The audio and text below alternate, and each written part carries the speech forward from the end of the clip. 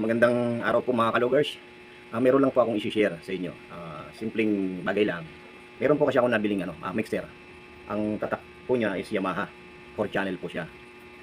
Napapansin ko po sa mga ibang gumagamit ng 4 channel na mixer. Dahil sa hindi nila may connect sa video okay, sa USB at Bluetooth lang po nila ginagamit.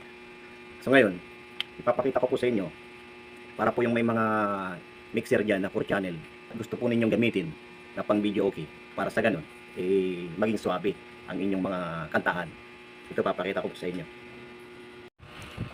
Ayan po yung ating Yamaha mixer 4 channel. Kaya natawag po siyang 4 channel kasi 1, 2, 3, 4. Yan po.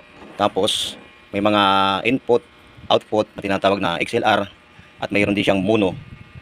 Ano po, yung mga bagong labas ngayon. Didimo ko po sa inyo kung paano i-connect. Ito po yung ating gagamitin. Yan, mga RC jack mono PL. At tignan nyo lang maigi para bali yung yung mga wire po ng speaker nakatap na. Ang hindi lang po nakakunik dito yung mono PL kung saan papunta.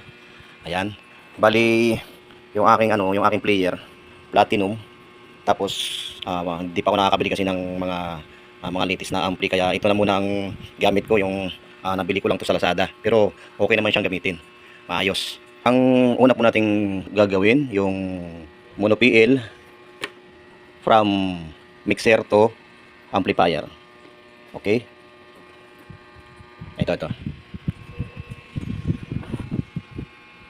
Kung napapansin nyo, dito po kayo magsasaksak sa may min out. Yan po, yan. Ngayon, kung yung ginagamit nyo pong RC jack tulad nito, hindi po siya kasya, maluwag kasi naka XLR na po tayo. Yan na po yung mga bagong disenyo ngayon. Kaya ang dapat na gawin niyo, bumili kayo ng XLR extension. Saksak nyo po dito. Tandaan nyo po dito po sa main. Yan. Pag napasok nyo na po yan, yung extension ng XLR, saksak nyo rin po ito. Okay. Tapos ang dulo nito, dito nyo po sasaksak sa likod ng ampli. Kung saan yung kulay red, doon din po kulay white. Yan. So nakasaksak na po yung ating mono PL sa mixer papuntang ampli. Ang isusunod naman po natin yung manggagaling sa mixer. So kailangan din po natin ng XLR extension. Dito naman po tayo kukuha. Yan. Yan. Tsaka po natin isasaksak din po yung red and white. Yan. So yung kulay dilaw wala na po yan. Yung dulo po niyan sa player naman po natin ilalagay. Doon po natin siya isasaksak. Hanapin din po natin yung red and white. Okay. So naisaksak na po natin. Ngayon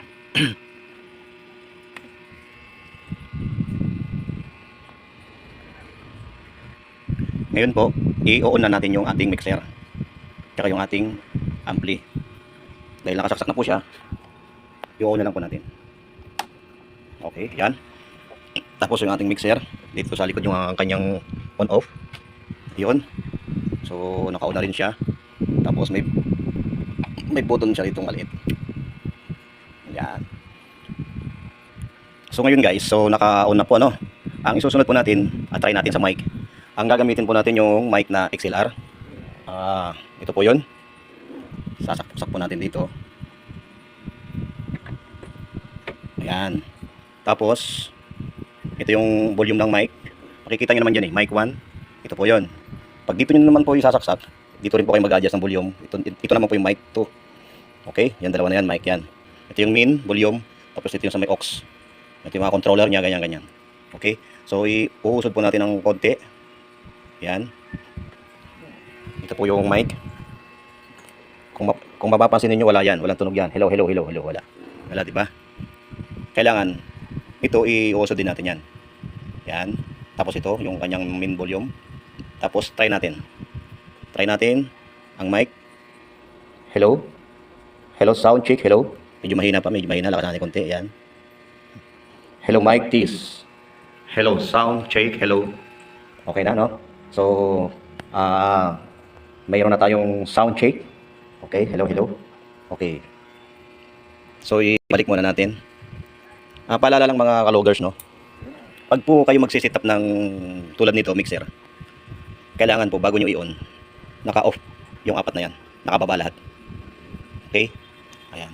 So ngayon, ito mga kalogers, kasi ito, para sa akin mas maganda, pagka ganito po yung gagamitin nyo, XLR.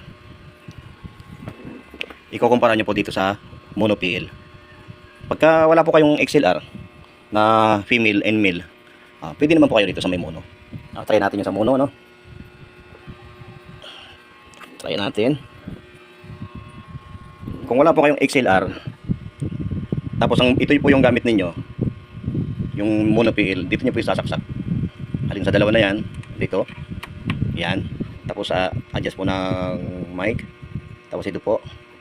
Tsaka ito. Tingnan po natin kung ano, pakinggan natin kung ano yung pagkakaiba ng mono PL tsaka sa XLR.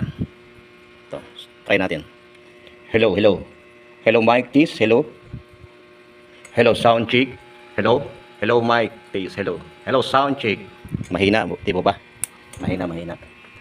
Di tulad po nung XLR, malakas po siya. Okay? Mga kalogers, mura lang naman po yan yung XLR na male female. Ito po yun. Ayan po. Ayan po yung female. Tsaka ito po yung male. Mura lang po yan. Nabibili po yun sa Lazada. Mura lang po yan, mura lang. Female, male, XLR. Ayan. The best po ito pag ito po yung ginamit nyo sa mic. Ayan po. Try natin sa USB mga kalogers, no? Kung tutunog. Ayan. Ito is USB natin. Saksak natin. Ayan. Volume.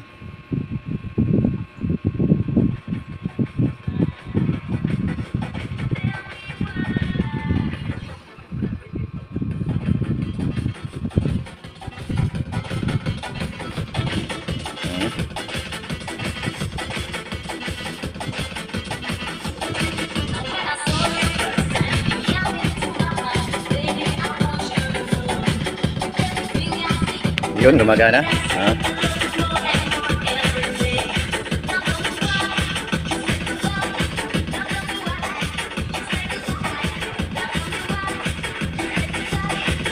Pag bago po yung mixer nyo mga kalogers, ugaliin nyo lang na naka-center lang siya. Ito. Ayan. Diretso lang muna. Ayan. Ito, itong linya na to. Ito, walang kinalaman to kasi sa mic to eh. Wala yan. Oh. Kaya hindi nyo gamitin yan. Pag hindi kayo gagamit ng mic, huwag nyo na yan i-adjust. Dito lang sa dalawa na to. Yan. Yan. Diba? Okay. So, natesting na natin sa USB. Try naman natin. Ito na yung pinakihintay ng iba. Kasi, karamihan sa mga bumili nito, mixer, nakukonek lang nila to sa ampli. Ayun. Kaya ang lagi lang nila nagagamit yung USB at Bluetooth lang. Kapag video okay sila, gamit ang cellphone. Okay? Ngayon, gusto ninyo mag-video okay sa mismong screen ng TV. Siyempre, maganda kumanta pag malaki yung screen, di ba? Tuturo ko sa inyo. So yan, okay na yan, nakaset up na yan. Hindi na dapat galawin yan. Ito na lang, yung ganitong dilaw ang kukuhanin natin. Okay? Tandaan nyo maigi ha. Yung pagkakasaksak natin ito, kung saan nakapwesto, kung saan ko sinaksak, doon nyo rin po isasaksak. Kapag namali po kayo ng saksak dito sa ating mixer, hindi rin po kayo makakapag-video okay. Wala po siyang supply. May makikita kayo ron, may lalabas, pero wala siyang tunog. May tunog, pero walang lalabas. Video. Ayun. Umpisa na natin, ano? Yung mga nahihirapang mag-setup, mag-connect ng mixer, amplifier to TV, ito na. Okay? So ito yung RC jack ng television. Ito, kukunin lang natin ito. So medyo may kasikipan yung pwesto ng TV kaya dudukutin na lang natin ang pagsaksak. Basta ang isasaksak nyo lang po itong isang kulay dilaw. Okay? Isaksak nyo to sa video sa likod ng TV. Yan. So isaksak na po natin. Hindi po siya masilip kasi gawa naman sikip. So kabisado ko naman po yung saksakan ng video ng TV ko. Oh, yun. Okay na, nasaksak ko na. So punta naman tayo dito sa may kabila. Sa may dulo ng dilaw. Ano saan yun? Ito. Itong dulo ng dilaw, dito naman natin sasaksak sa player. Sikip din. Ayan. So, okay na. Ngayon, check natin. Buksan natin yung ating TV.